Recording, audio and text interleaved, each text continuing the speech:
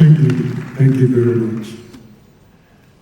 Transformation, indeed, our convener. We need to transform this country.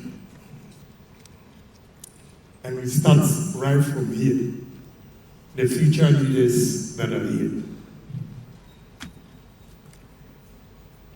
Nana Chairman, distinguished leaders, colleagues, the vibrant young people in this room,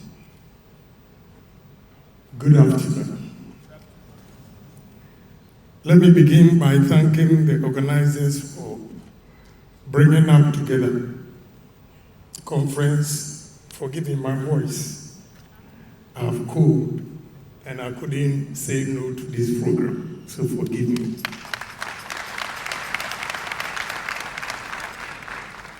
Conferences like this are not just events, they are mirrors. They force us to look at ourselves as a country and ask, are we doing enough for our youth? The theme we gather under today is powerful. Is there enough youth empowerment? The gateway to sustainable economic development. As usual, I'll be brutally frank. Some speakers were not able to give the answer. I'll give you the answer, and the answer is no.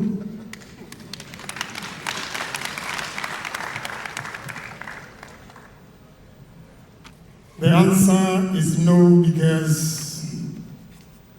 we've had brilliant youth in this country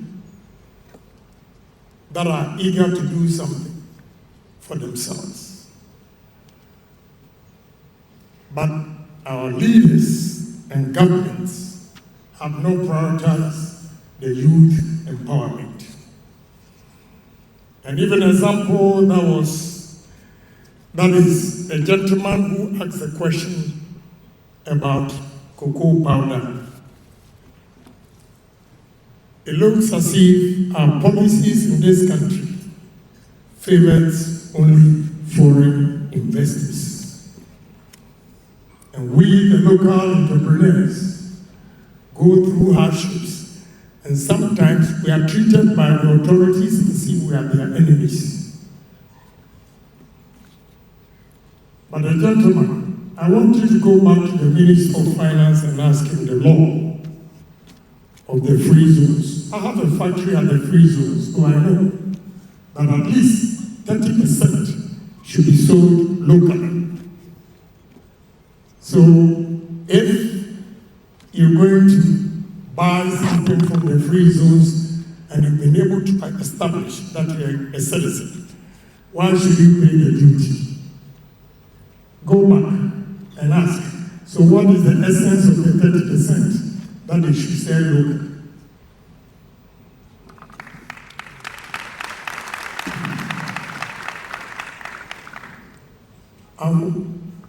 I'll break my thoughts into two phases.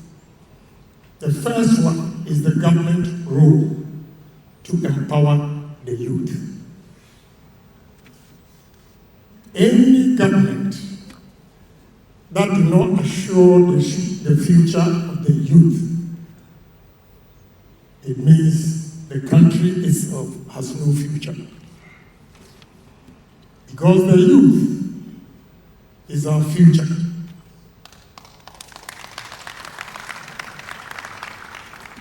So what the government has to do, or any leader with a vision has to do, is to make sure you create an enabling environment for everybody, including the youth, to support especially their businesses.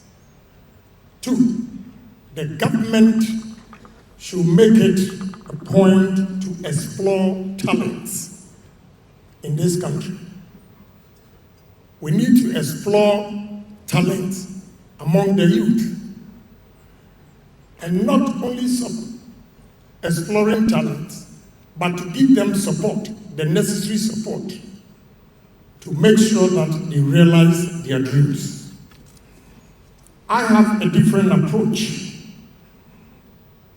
The theory must end. We have to be pragmatic. We should start from our universities. They should amend their curriculum to include pragmatism. If enough is enough, where I was in Agyapong College and I could recite from scene 1 or act 1 to the end of my bed, I only got to understand what I was reading in Agyapong College when I only went to Fordham University, that I could actually understand Shakespeare. We need to stop that and make sure when we talk about national service, for instance, speakers, an engineer who has completed university and needed experience, when he goes to national service for appointment or recruitment, they gave him a receptionist. How do you expect an engineer to be a receptionist and expect him to deliver? This is what we are confronted with as a nation. At least engineers should be introduced to companies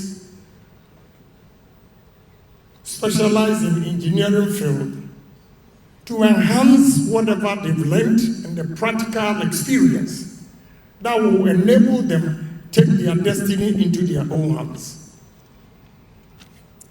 This side of the world, and my country, Ghana, our policies do not encourage the youth to take their destiny into their own hands.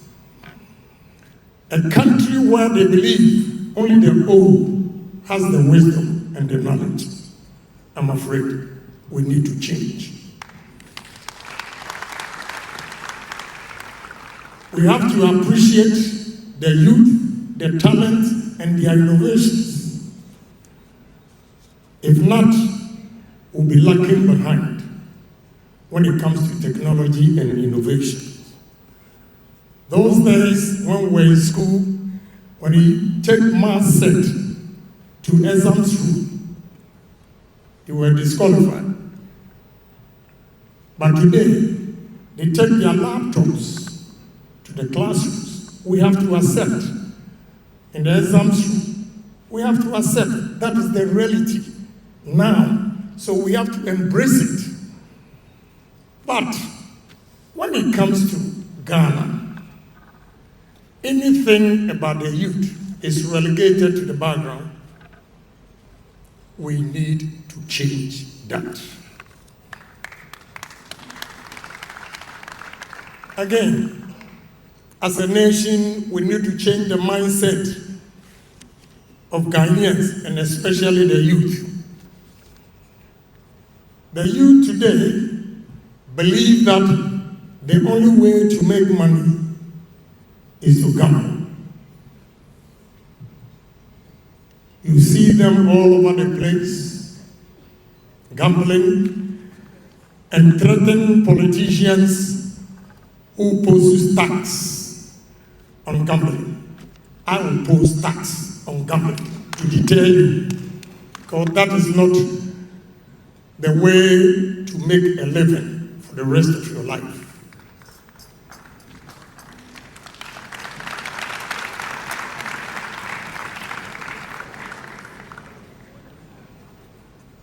Let us identify young entrepreneurs and give them the support. I will use Asia Miracle as an example. Asia Miracle, Esanyo, Hyundai, and all those companies were giving support. And the support was that when you fail, you are given money to buy your equipment. If you fail to use the equipment for what you put on that document before the money was released, they will take it from you. And that time, with all due respect to Nana, Nana cannot beg. Pastor cannot beg. Your uncle cannot beg. They will take the business from you and give it to Mr. B. And because the companies knew that when they make a mistake, they were going to take it from them, they made sure that all the equipment and monies that were given to them were properly used. That is why today we have all these companies. But I have to be honest. Ghanaian businessmen or entrepreneurs, some of them are also very dishonest. When loans are given to them to expand their businesses, they buy treasury bills and use the interest on the treasury bills to service the loan. How? I tell you the truth, I'm a businessman and I know that all these things must stop. If not, the future of our youth is bleak. They cannot do anything. So we need honest, as the nation is expecting honest leaders, the leaders are also expecting honest businessmen and honest youth.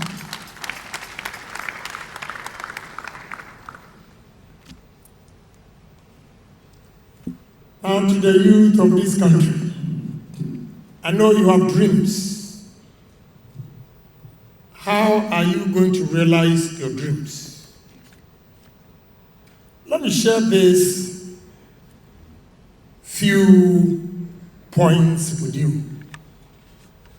What I call 7 determinants of success. The 7 determinants of success. 1 is vision. You just don't sit here and call yourself a youth and expect government to do everything for you. All the successful people sitting here telling their story, none of them relied on government for his survival. They all work hard. So if you want to succeed as a youth, the first thing you have to do is to have a vision. Dream big. Do things big. Don't be a myopic thinker where everybody, when you explain what you want to do, your own colleagues will discourage you by saying, oh, you are too no, you are this. The moment they tell you you are too no, that should be an encouragement to you to push ahead for your vision.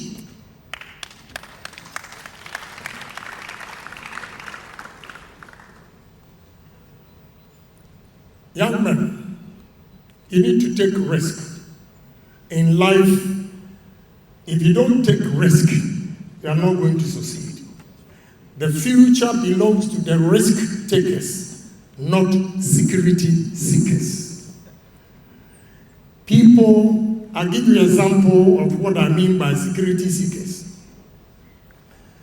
You have bank managers, head of corporations.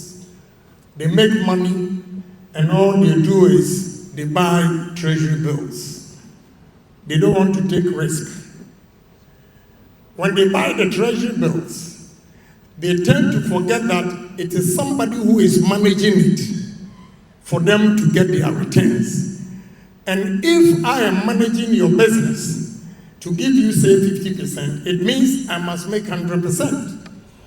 Now, why don't you manage your business and get 100% yourself? So you have to take risk in all your endeavors. Without taking risk, you can never succeed. You can never be like one of the speakers here.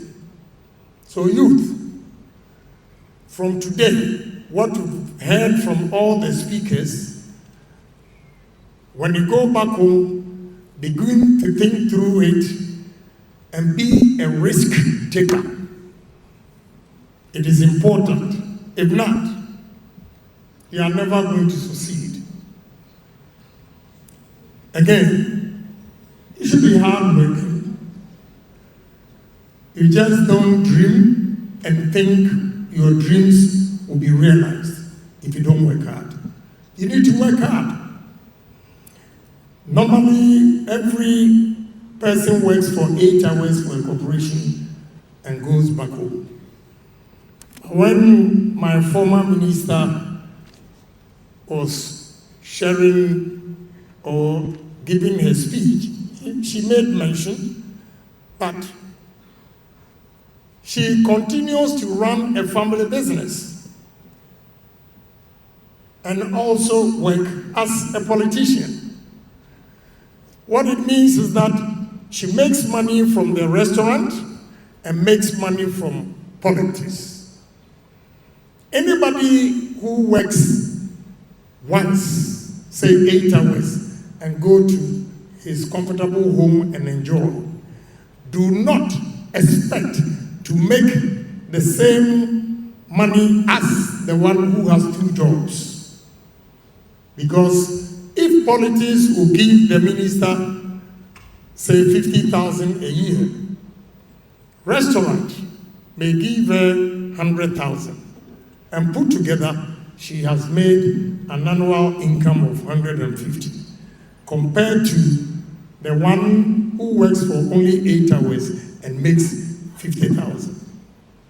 What it means is that former minister has a higher purchasing power because she has 150 and you have 50. She can afford a lot of things which you cannot, the one who earns only 50,000. So you have to make sure you work hard. And if you work hard, the paramount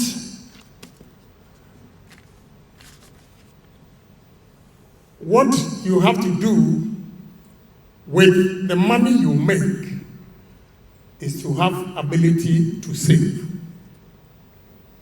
You should be able to save some of your money, no matter how low or small your income is, because of the rainy day.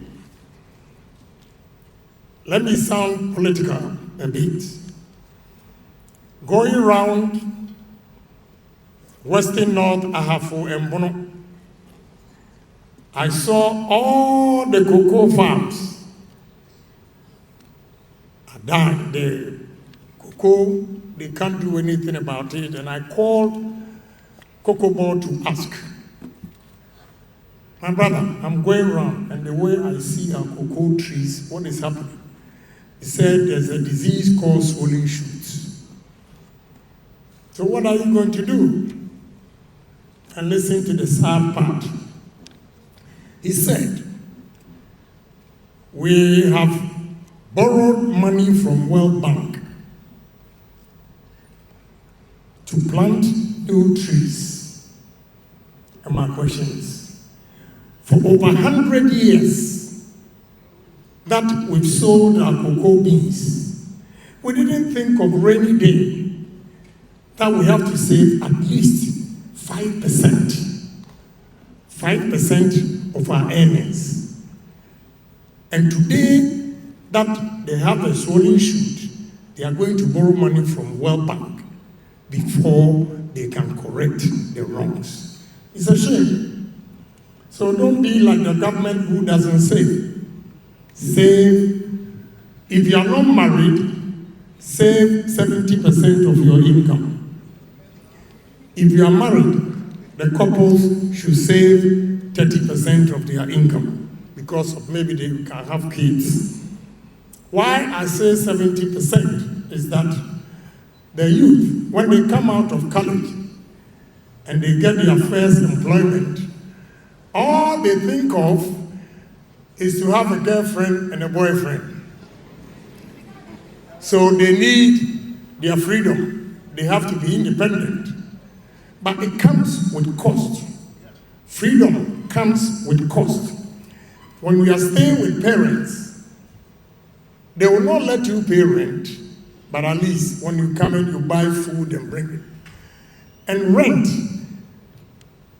ask our leaders here, rent takes about 30% of our income that we earn. So if you have a job and you are thinking of your freedom and you go and rent, a friend of mine went to rent in America, rented a place thinking the woman will help her. Meanwhile, the woman was sending money to Kwo, and it created problems between them. So you need to save about 70%, stay with your parents for about 5 years, accumulate capital, and use the capital to start a business. You will see that your classmates who had a job and rented a place with a boyfriend or girlfriend will definitely be far, far behind you when it comes to capital. And a day will come that your accumulated capital that you have invested, when you are spending, you do not even feel it because you have enough for yourself.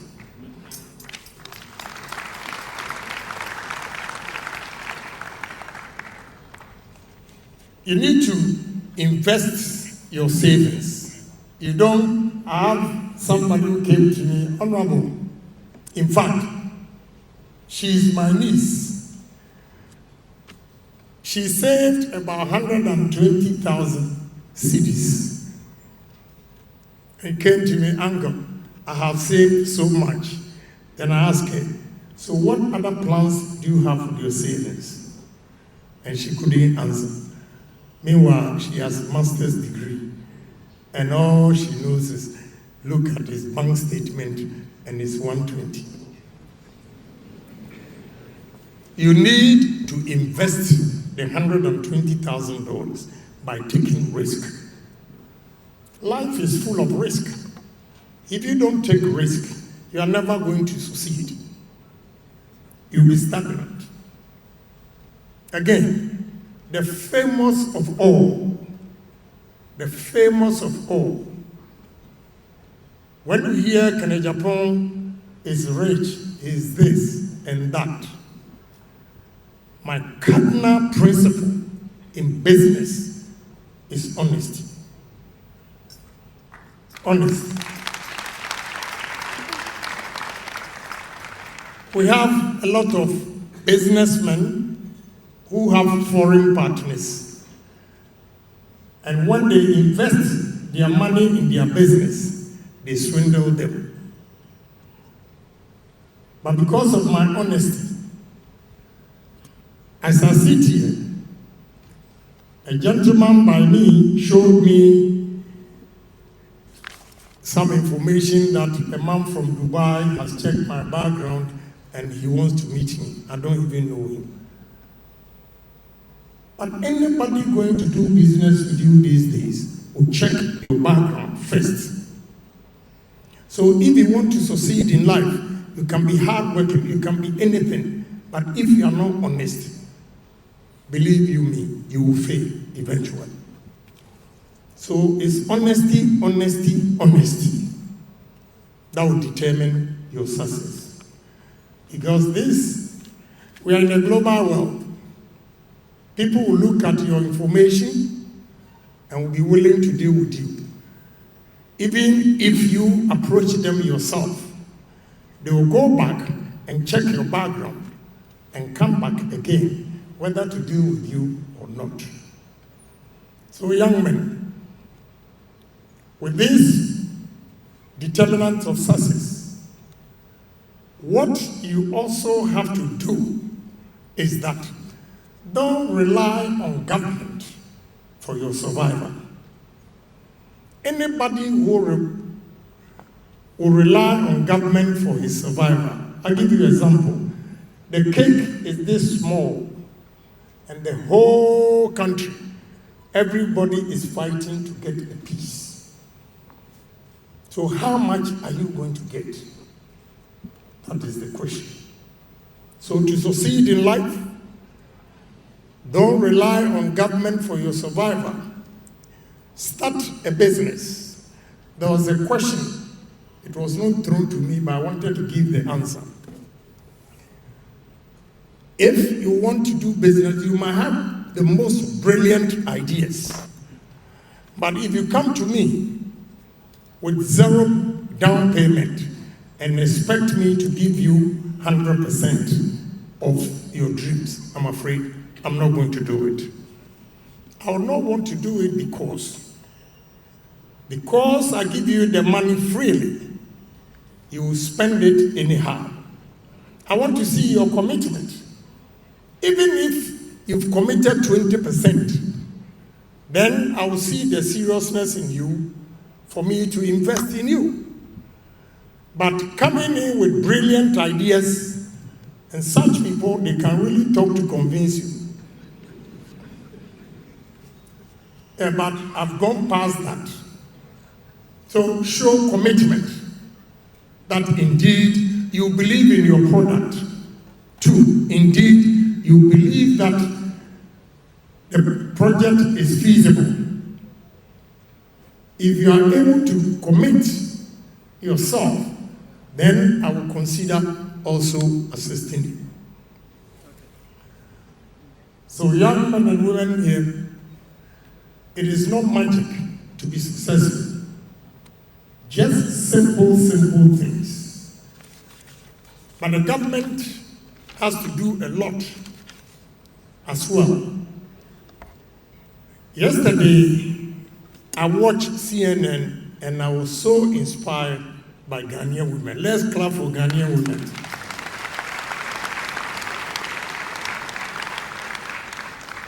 And let's clap for the conveyor. Because all the theories I have propounded to change the paradigm shift, the conveyor said it all. And yesterday, two ladies, one, the name, later I got to know that she's a Ghanaian, but one I kept it. She's called Justin Tete. What they do is mix pineapple with mangoes, dry it, and export. And that business alone, according to CNN, is $8 billion business venture. What are we doing as a country? We only speak big English. When we have to be pragmatic, God has given us this rich land. I'm surprised that Ghanaians are only interested in our natural resources.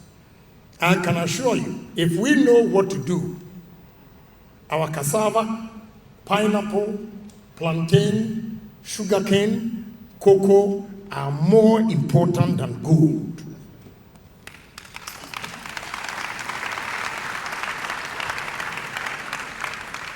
We are lacking a leader who has creative mind and business as well. That is what we are lacking. So we have to make sure that we go back. I think on YouTube, you will see these ladies, what they are doing. Another time, I saw two ladies in real estate, also featured by CNN. It shows that the women are now aggressive. They are not waiting for their husbands to give them job money. Clap for them again.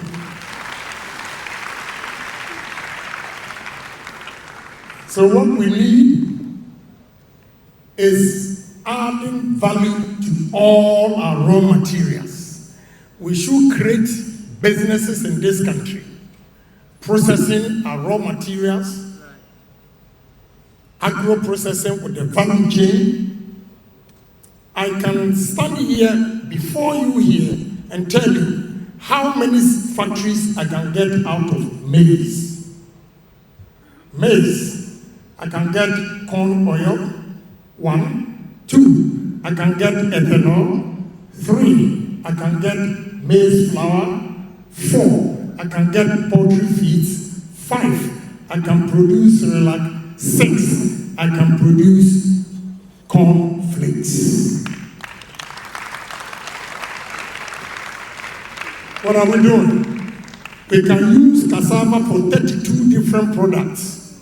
We use cassava for ethanol, we use cassava for starch, we use cassava for powder, we use cassava for poultry feeds.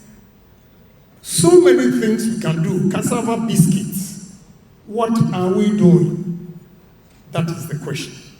So young men and women here today, this afternoon, if you are fortunate to get government job, fine.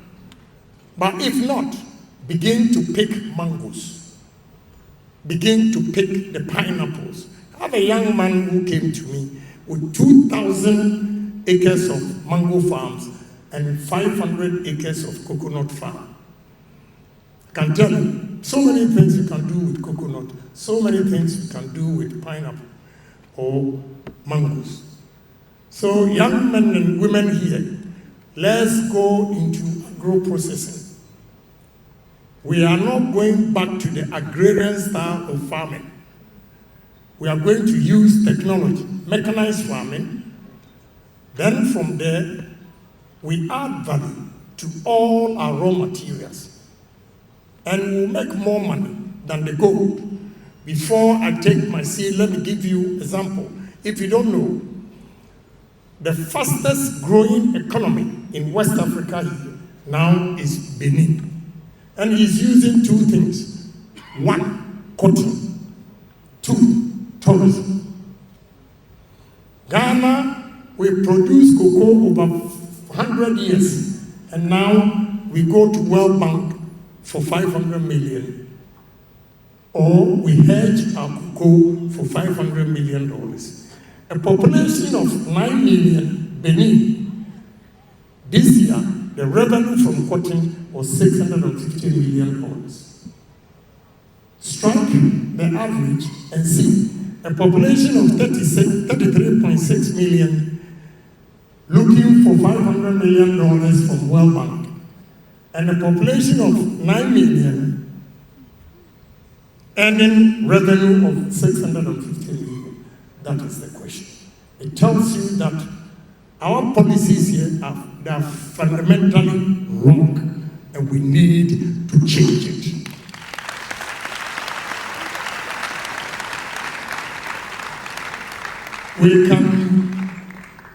We can solve our problems by using pragmatic approach and not theories. Thank you very much. Thank you so much. We're grateful for your time and your thoughts. We appreciate your passion